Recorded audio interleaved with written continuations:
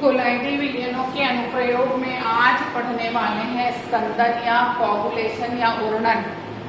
ठीक है, जब भी हम किसी कोलाइडी विलयन में अल्प मात्रा में विद्युत अपघट्य मिलाते हैं तो वह विद्युत अपघट्य कोलाइडी कणों पर उपस्थित आवेश को निरस्त करके उसे अवक्षेप के छोटे कणों में परिवर्तित, जो छोटे छोटे कण होंगे आपस में संगुणित हो जाएंगे और अवक्षेप के आकार के कण बना लेंगे। उसी घटना को हम स्कंदन या कोगुलेशन के नाम से जानते हैं।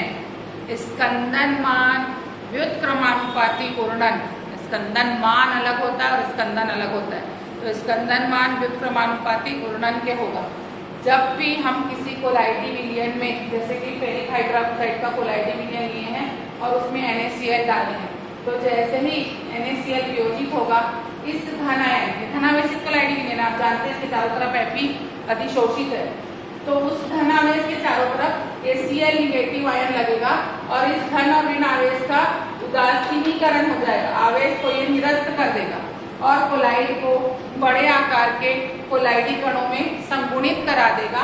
इसी घटना को हम स्कंदन के नाम से जानते हैं। स्कंदन के लिए एक वैज्ञानिक है हार्डी-सुल्ज़। हार्डी-सुल्ज़ का एक नियम आता है स्कंदन के लिए, हार्डी-सुल्ज़ का नियम। हार्डी-सुल्ज़ का नियम ये बोलता है कि किसी भी कोलाइडी विलयन, हार्डी-सुल्ज़ का नियम क्या बोलता है, किसी कोलाइडी विलयन की स्कंदन क्षमता उसे स्कंदित करने वाले आयनों की संयोजकता पर निर्भर करती है। किसी भी कोलाइडी विलयन की स्कंदन क्षमता उसे स्कंदित करने वाले आयनों की संयोजकता पर निर्भर करती है। संयोजकता जितनी अधिक, स्कंदन क्षमता उतनी अधिक होगी। धन आवेशित कोलाइड को ऋण आवेशित कण निरस्त करेंगे या स्कंदित करेंगे और ऋण आवेशित कोलाइडी विलयन को धन आवेशित। फेरिक हाइड्रोक्साइड जो है वो धन आवेशित कोलाइडी विलयन है और ये निगेटिव कोलाइडी विलयन है, तो फेरिक हाइड्रोक्साइड को सबसे अधिक अवक्षेपित करेगा FeCl निगेटिव आयन, ऋण आयन की संख्या सबसे अधिक है। उसके बाद होगा फास्फेट ट्राइनिगेटिव आयन, सल्फेट डाइनिगेटिव और फिर क्लोराइड मोनोनिगेटिव, यानी सबसे कम स्कंदित करने की क्षमता क्लोरीन में होगी और सबसे अधिक स्कंदित करने की क्षमता हेक्सासाइनोफेरेट आयन में होगी। उसी तरह आर्सेनिक ऋणावेशित कोलाइडी विलयन है, इसको स्कंदित करेगा कोई धनावेश तो सबसे ज्यादा स्कंदित करेगा SN4 पॉजिटिव, उसके बाद Al पॉजिटिव, फिर Ba पॉजिटिव और फिर Na पॉजिटिव। सबसे कम स्कंदित करेगा सोडियम आयन और सबसे अधिक स्कंदित करेगा स्टेनिक आयन SN4 पॉजिटिव। ये एक पूरा थ्योरी में विथ डायग्राम विथ दिस नियम आपको लिखना होगा, तब आपको 3 नंबर मिलेंगे। अगले में आते हैं हम कोलाइडी रक्षण की बात करते हैं। कोलाइडी रक्षण की जरूरत क्यों पड़ी ये भी समझिए। आप सबसे पहले एक द्रव विरोधी कोलाइडी विलयन लीजिए, रक्षात्मक पर्त की बात बाद में करेंगे। ये वाला जो है ये द्रव विरोधी कोलाइडी विलयन है, इसमें आप अल्प मात्रा में द्रव स्नेही कोलाइडी विलयन मिलाते हैं, तो वो द्रव स्नेही कोलाइडी विलयन द्रव विरोधी कोलाइडी विलयन के चारों तरफ एक रक्षा परत बना देता है। द्रव स्नेही कोलाइड की रक्षा परत बन जाती है, ये है रक्षा परत और ये आपका द्रव विरोधी कोलाइड है। उसके बाद जैसे ही NaCl जो कि विद्युत अपघट्य का काम कर रहा है उसको उसके संपर्क में लाने का प्रयास करेंगे, तो ये NaCl इस द्रव स्नेही कोलाइड के कारण इस द्रव विरोधी कोलाइड के संपर्क में नहीं आ पाएगा, उसके आयनों को निरस्त नहीं कर पाएगा, कोलाइड के स्थायित्व को खराब नहीं कर पाएगा और कोलाइड अपने स्थायित्व के समान ही बना रहेगा। इसी घटना को कोलाइडी रक्षण के नाम से जानते हैं। यहाँ पे भी वही क्रिया हो रही है। ये देखिए गोल्ड का कोलाइडी विलयन है जिसमें आपने सिलेटिव मिला दिया है, जो द्रव स्नेही कोलाइड का काम कर रहा है, रक्षात्मक परत बना चुका है। अब आप कितना भी NaCl डालिए कोई परिवर्तन नहीं होगा।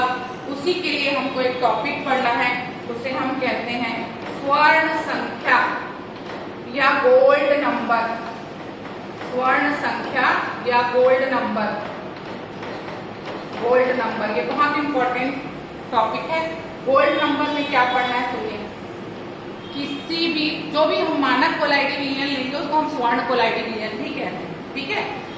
तो किसी भी मानक कोलाइडी विलयन में द्रव स्नेही कोलाइड या रक्षी कोलाइड की मिलीलीटर में वह मात्रा जो 10 ml मानक स्वर्ण कोलाइडी विलयन का 1% 10 ml 10% NaCl द्वारा स्कंदन रोक दे, उसे हम स्वर्ण संख्या या गोल्ड नंबर के नाम से जानते हैं।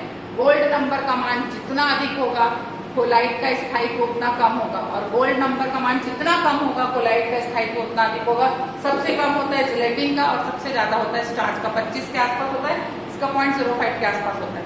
फिर से सुनिए, रक्षी कोलाइड की मिलीमोल में वह मात्रा जो 10 ml मानक स्वर्ण कोलाइडी विलयन का 1 ml 10% NaCl द्वारा स्कंदन रोक दे, उसे हम उसकी स्वर्ण संख्या या गोल्ड नंबर के नाम से जानते हैं।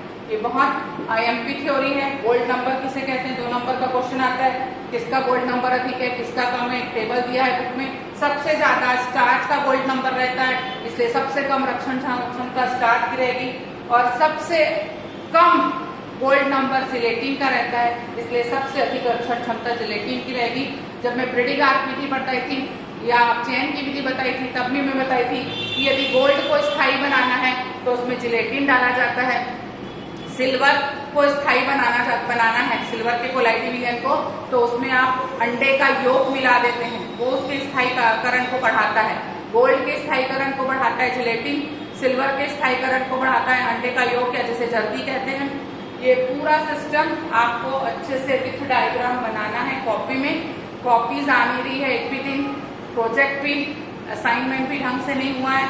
आपको असाइनमेंट को लाइव बनाना है, लाइव चीजें दिखनी चाहिए वहां पे, तभी उसका कोई अर्थ है। ओके।